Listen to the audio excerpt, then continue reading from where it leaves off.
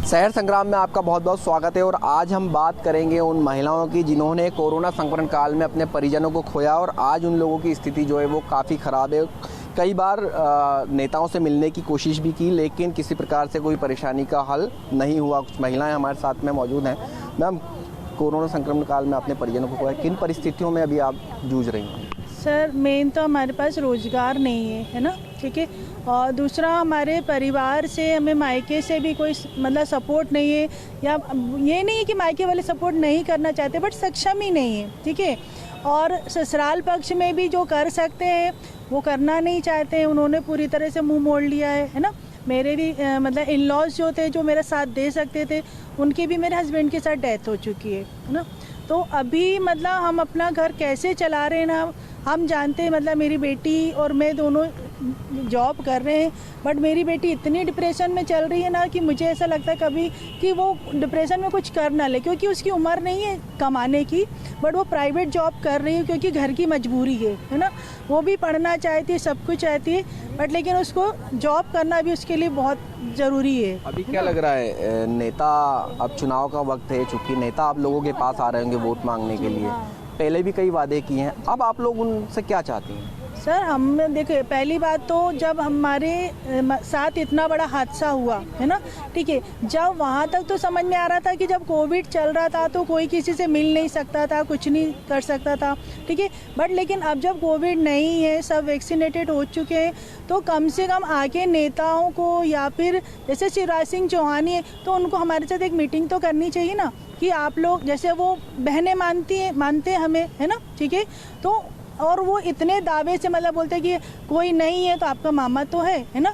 तो जब वो इतने दिल से चीज़ें बोलते हैं तो उनको ये सब चीज़ें भी तो मतलब चाहिए कि कम से कम, ठीक है, वो करना नहीं करना बट हमें एक मोरल सपोर्ट तो दे सकते हैं ना कि नहीं यार हमारा। कई परेशानियों का सामना करना पड़ता है। कितनी परेशानियां आप इस समय में जूझ रहे हैं? सर, परेशानियां तो बहुत है हमारे लिए, क्योंकि देखो हस्बैंड हमारे कोई खास जॉब में नहीं थे, एक तो उनकी इनकम वगैरह नहीं थी, उनकी कोई सेविंग नहीं थी, हम लोगों की बच्चे हैं छोटे छोटे, आप समझिए उनकी एजुकेशन वगैरह आज के दौर में कितना मुश्किल है घर चलाना। जेंट्स के लिए मुश्किल है तो हम तो लेडीज़ें होकर किस तरीके से कर पाएंगी, बच्चों को कैसे हम लोग परवरिश दे पाएंगी। बच्चे हैं हमारे, एक 4 साल के हैं, 7 साल के हैं, इतनी कम उम्र के बच्चे हैं, उनको एजुकेशन देना है, लड़कियाँ हैं उनकी मैरिज के लिए करना है, तो उसके लिए हमको जॉब की ही डिमांड है सरकार से।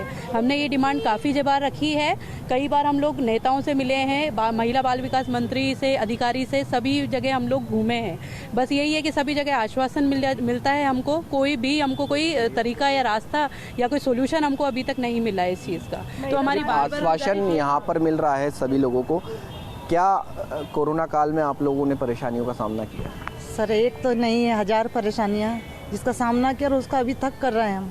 बस हम सरकार से यही चाहते हैं कि हमें कोई गवर्नमेंट जॉब दे और हमारे बच्चे के लिए कुछ फ्यूचर प्लानिंग ऐसी करें कि जिससे हमें कोई दिक्कत ना हो।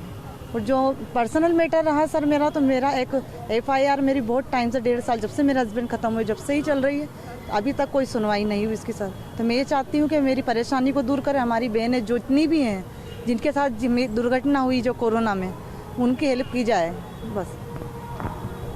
बच्चों के एडमिशन में भी कई परेशानियाँ आ रही हैं, तो क्या मांग करती हैं? अब आपने कई जगह शिकायतें भी की हैं, शिकायतों का क्या निराकरण हुआ है आपके?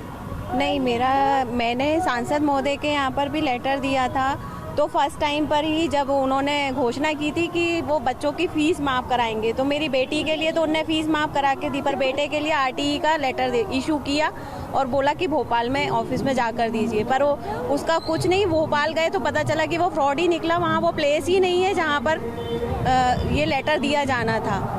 एटलीस्ट लास्ट में बहुत भटकने बाद कलेक्टर से ही मालूम पड़ा कि वो इंदौर में ही है, पर वहाँ पर भी ये जनरल कोटे में आने के कारण मना कर दिया गया, तो उसमें भी हमको कोई हेल्प नहीं हुई।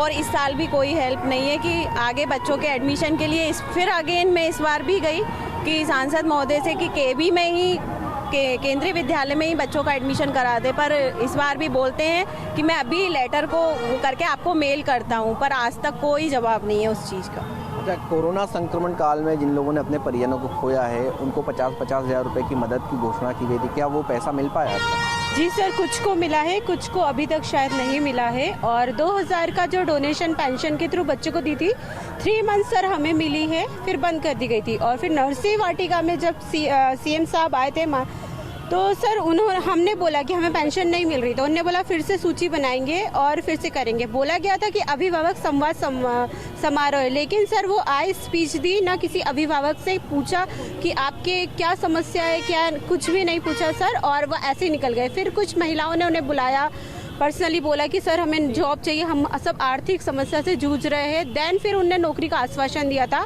उसके बाद में सर हम ललवानी जी के यहाँ, सांसद जी, ललवानी जी, कैलाश विजयवर्गीय, मेंदोला जी, सबके पास गए कि सर हमारी कुछ मदद करवाइए या सीएम से बात करवाइए। सबने सिर्फ आश्वासन दिया कि अभी नहीं, कुछ नहीं हो सकता। और किसी ने तो सर नाम नहीं लेंगे, किसी ने तो बोला गवर्नमेंट के पास गवर्नमेंट जॉब ही नहीं है। ऐसा हमने बोला सर इतनी भर्तियाँ निकल रही है, कहीं ना कहीं तो आप करवा दीजिए, लेकिन कोई हमको आंसर अच्छे से नहीं मिला है सर। बच्चों के एजुकेशन को लेकर क्या परेशानियां अब आ रही हैं आपको? सर बच्चों का तो एडमिशन तो सर लास्ट ईयर जैसे तैसे करवा दिया गया था, लेकिन जो फीस है सर वो अभी तो फिलहाल जो मेरे पेरेंट्स से वो पे कर रहे हैं सर। अब लेकिन सर वो ऑलवेज तो पे नहीं कर सकते ना, उससे मुझे कभी ना कभी तो उसकी जिम्मेदारी सर मुझे ही लेनी है। तो बहुत ये है कि मुझे जॉब की बहुत नीड है सर। और मामा जी से इतना, मामा जी आत्मीयता से बोलते हैं कि हमें मामा हूँ, ठीक है सर, भांजियों पे थोड़ा इधर भी ध्यान दीजिए।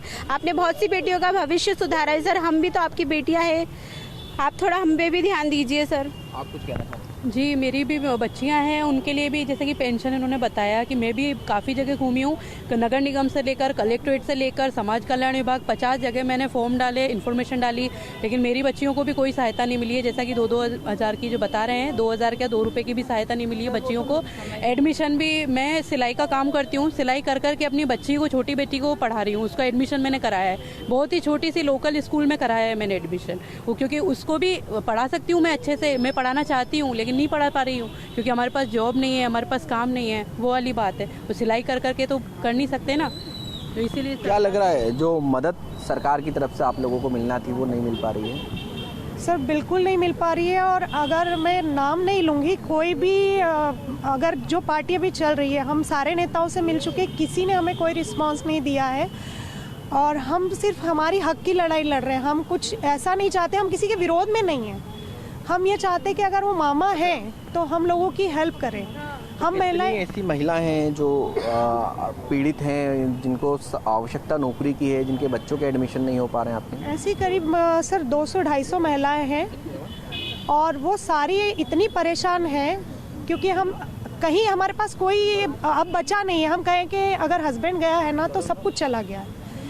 और अगर गवर्नमेंट भी हमें सपोर्ट नहीं करेगी तो हम किसके पास जाएंगे? कई परेशानियां हैं, हॉस्पिटल में भी खर्च लगा होगा, घर में बच्चों की पढ़ाई के साथ साथ हॉस्पिटल के खर्च भी होते हैं, कई खर्च होते हैं, तो कैसे अब गुजारा घर का आपका चल रहा है? सर अभी तो मम्मी पापा कर रहे हैं, पर हम बहुत परेशान हो गए हर चीज़ से। बच्चों की फ़ीस पिछले साल तो जैसे माफ़ हो गई थी, पर इस साल बार बार प्रेशर बनाया जा रहा, फीस भरो। हम कहाँ से लेके आएंगे? अभी तो मैं कुछ कर भी नहीं रही और मम्मी पापा पे कब तक आश्रित रहूँ? अब क्या चाहते हैं? अब यही चाहती हूँ कि जॉब मिल जाए तो हमारे बच्चों को हम पालन पोषण सब कर लेंगे। हम सम्मानपूर्वक जीवन जीना चाहते हैं, हम किसी की बातें नहीं सुनना चाहते। सास ससुर भी कहते हैं कि निकलो यहाँ से, घर जाओ, तुम यहाँ कुछ नहीं बचा। अब तुम्हारा, उनका बेटा चले गया तो सब कुछ ख़त्म हो गया। और आज हमारे बच्चे कैसे, हम भूखे रहते हैं, प्यासे रहते हैं, लेकिन कोई नहीं पूछता हमको। हम हमारे एक रूम में पड़े रहते हैं, नाना नानी आते हैं, कुछ दे जाते हैं, हमारा जो से तैसे गुजारा कर लेते हैं। अब हमको सिर्फ जॉब चाहिए, जैसे तैसे हमारा जॉब मिल जाएगा, हमारे बच्चों का पालन पोषण कर लेंगे। हमको बस सरकार से यही है कि बस हमको जॉब दे। जॉब की एक मांग जो है वो की जा रही ताकि बच्चों का पालन पोषण कर सकें। कोरोना संकट काल में आपने किसको खोया? मेरे हस्बैंड की डेथ हुई, मेरे यहाँ 3 जने की डेथ हो गई थी कोरोना में, कोई नहीं बचा, मैं और मेरे 2 बच्चे बचे। सर पालन पोषण करने में बहुत ज़्यादा दिक्कत हो रही है, तो अब हमको ये है कि हमारे बच्चे की पढ़ाई फ्री हो जाए और इस साल फीस माफ़ हो। तो ये कई महिलाएं हैं जो परेशान हैं, आप कुछ कहना चाह रही थी? जी सर, मैं तो यही कहना चाहूँगी कि सभी महिलाएं आर्थिक समस्या से जूझ रही है सर।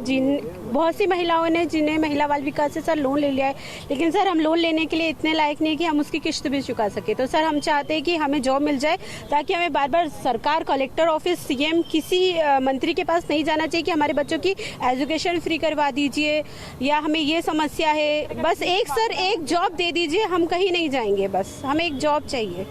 तो ये वो पीड़ित महिलाएं हैं जिन्होंने कोरोना काल में अपने परिजनों को खोया, हस्बैंड को खोया और आज बच्चों को पढ़ाने में कई परेशानियों का सामना करना पड़ रहा है। वो चाहती हैं कि उन्हें जॉब मिल जाए ताकि बच्चों की अच्छी परवरिश कर सके। 300 से ज़्यादा ऐसी महिलाएं हैं जिन्होंने कोरोना काल में अपने परिजनों को खोया है। कैमरामैन केशव मराठा के साथ हेमंत शर्मा, न्यूज़ 24 इंदौर।